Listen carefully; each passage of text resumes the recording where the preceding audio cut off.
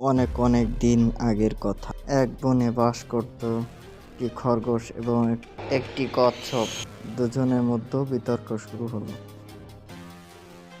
একদিন খরগোশ এবং কচ্ছপের মধ্যে একটি বিতর্ক শুরু হলো, কে বেশি দ্রুতগামী। খরগোশ ছিল অহংকারী এবং সে সবসময় কচ্ছপকে ধীর গতি বলে উপহাস করত। কচ্ছপ ধৈর্যশীল ছিল এবং সে চ্যালেঞ্জ ছুড়ে দিল, চলো আমরা দৌড় প্রতিযোগিতা করি। খরগোশ সে বলল, তুমি কি সত্যি আমার সাথে দৌড় প্রতিযোগিতা করতে চাও?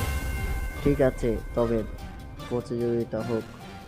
এক নির্দিষ্ট দিন দৌড় শুরু হলো। খরগোশ খুব দ্রুত দৌড়ালো এবং কচ্ছপকে অনেক পিছনে ফেলে দিল। সে ভাবলো, কচ্ছপ তো ধীরে চলে, আমি একটু বিশ্রাম নিলে কোনো সমস্যা হবে না। তাই সে গাছের নিচে শুয়ে ঘুমিয়ে পড়ল। অন্যদিকে কচ্ছপ ধীরে ধীরে কিন্তু স্থির মনে এগিয়ে যেতে থাকলো।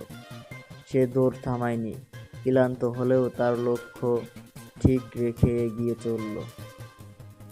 খরগোশ যখন ঘুম থেকে জাগলো, তখন সে দেখলো যে কচ্ছপ ফিনিশিং লাইনে কাছাকাছি পৌঁছে গেছে।